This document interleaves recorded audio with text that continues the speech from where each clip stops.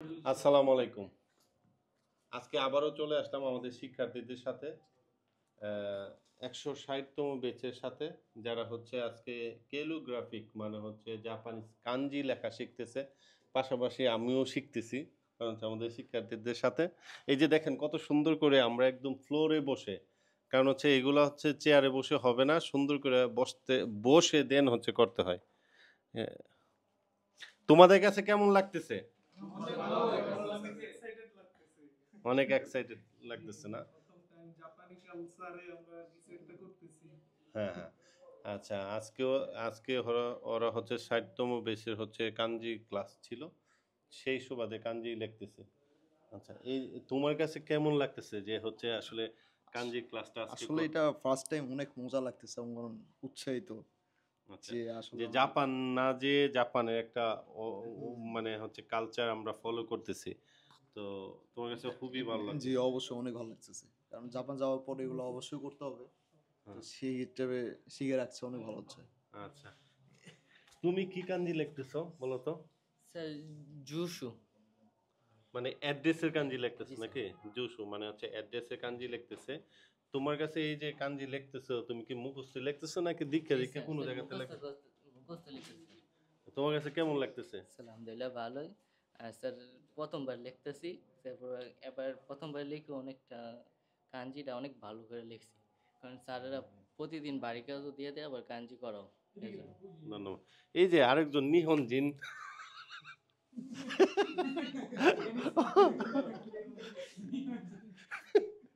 যদিও আহ, মানে হচ্ছে জাপানিজের মতো ফেস মিলে আমরা জাপানিজ হিসেবে চালাই দিচ্ছি।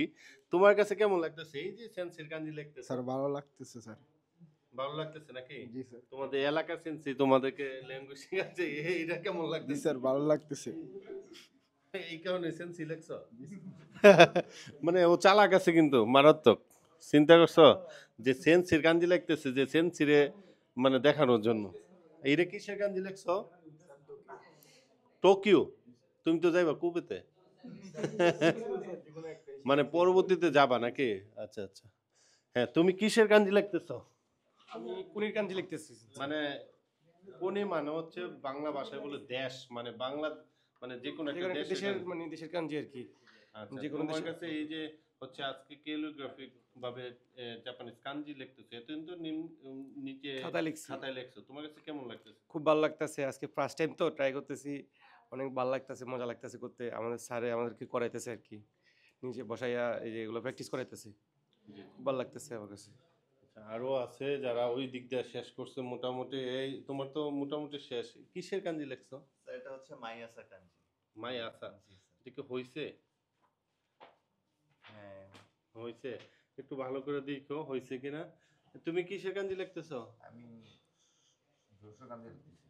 মানে সিঙ্গারা। অ্যাড্রেসের কাঞ্জি লিখবা নাকি? জি। তুমি কিসের কাঞ্জি স্যার লিখতেছো? মায়ের কাজে লিখতেছি। হ্যাঁ, তুমি কিসের কাঞ্জি লিখতেছো? স্যার সুমারে মাছ। এটা। মানে উমারে মাছ। সুমারে মাছ। আচ্ছা আচ্ছা। উমারে মাছ মানে কি? জন্মগ্রহণ করা। আচ্ছা, তুমি কিসের কাঞ্জি লিখবা? আমি ঈদ সাইড মানে হচ্ছে 15 সাইড। আচ্ছা, তুমি কি কিসের কাঞ্জি লিখলা? ইউতেশি।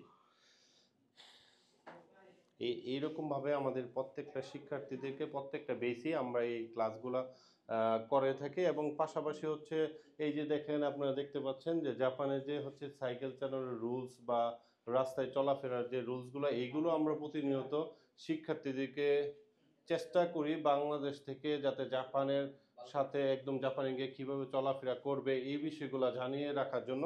কারণ হচ্ছে জাপান যাওয়ার পরে এখন যে জিনিসটা সবচেয়ে বেশি ইম্পর্টেন্ট গুরুত্বপূর্ণ হয়ে গেছে, জাপানের ক্ষেত্রে আপনার সাইকেলের অনেকগুলা রুলস চলে আসছে, যেগুলো হচ্ছে ধরুন মোবাইল কানে রেখে রেখে বা হেডফোন বা অন্যান্য ক্ষেত্রে যেমন ছাতা রেখে, এই বিষয়গুলো আরও অনেকগুলো বিষয় আছে যেগুলো যদি আপনি রাস্তা সাইকেল চালানোর ক্ষেত্রে যদি এগুলো ব্যবহার করেন তাহলে জরিমানা আওতা হিসাবে আসবে আর কি। তো আমরা চেষ্টা করতেছি যে শিক্ষার্থীদেরকে বাংলাদেশ থাকা অবস্থায় যাতে এই রুলস রেগুলেশনগুলো শিখাইতে পারি, যাতে জাপানে গিয়ে এরকম প্রবলেমে না পড়ে।